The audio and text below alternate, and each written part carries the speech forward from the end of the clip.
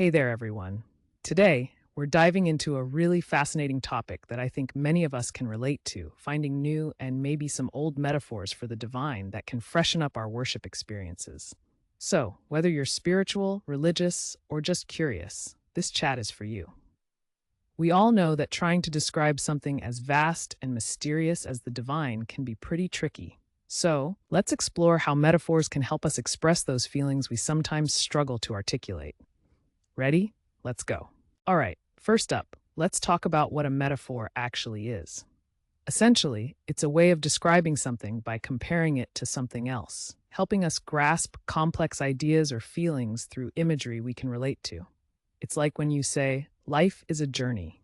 You aren't literally walking somewhere, but evoking certain feelings about the ups and downs we all face. When it comes to the divine, we often encounter metaphors that attempt to capture that grandeur and mystery. You know, the traditional Jewish name for God spelled Yud-Hai-Vav-Hai isn't just some fancy word. It's often considered so holy that it's not spoken aloud. It's almost like our ancient texts knew that some things are just too profound to directly name. That's where these metaphors come in. They help us articulate our experiences without boxing them in with definitions. Let's take a quick stroll through history. Metaphors for the divine have been all over religious texts for centuries. From the Bible to various spiritual traditions, we've seen some popular ones, like God being our shepherd, a guardian, or even a fortress. These metaphors resonate because they tap into our everyday experiences and feelings of safety, guidance, and love. What's interesting is how these metaphors evolve with time.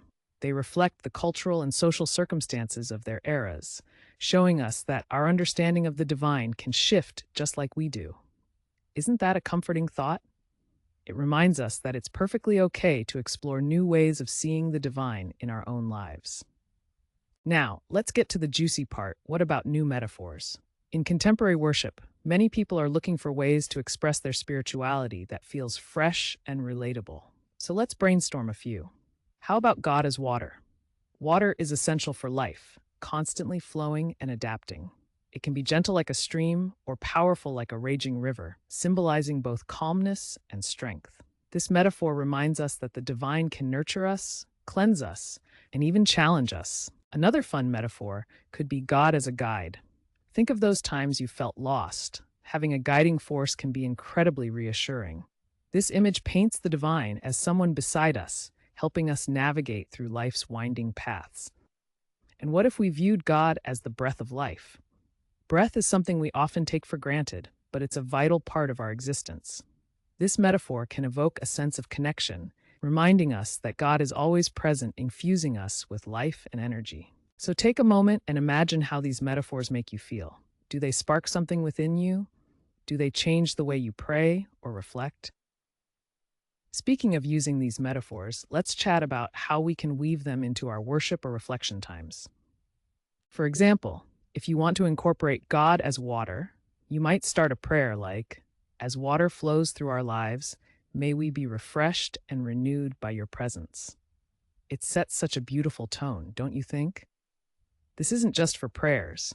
You could also share these metaphors during discussions or even write a sermon that explores their meanings and connections. It's a fantastic way to get everyone thinking and engaging with their spirituality in new ways. So, to wrap things up, let's remember how essential metaphors can be in expressing the divine. They help us make sense of our experiences and connect with one another on a deeper level. I'd love to encourage you to explore and share your own metaphors. What imagery resonates with you when you think about the divine? Thanks so much for tuning in today, everyone. I hope this chat inspires you to think about new ways to express your spirituality.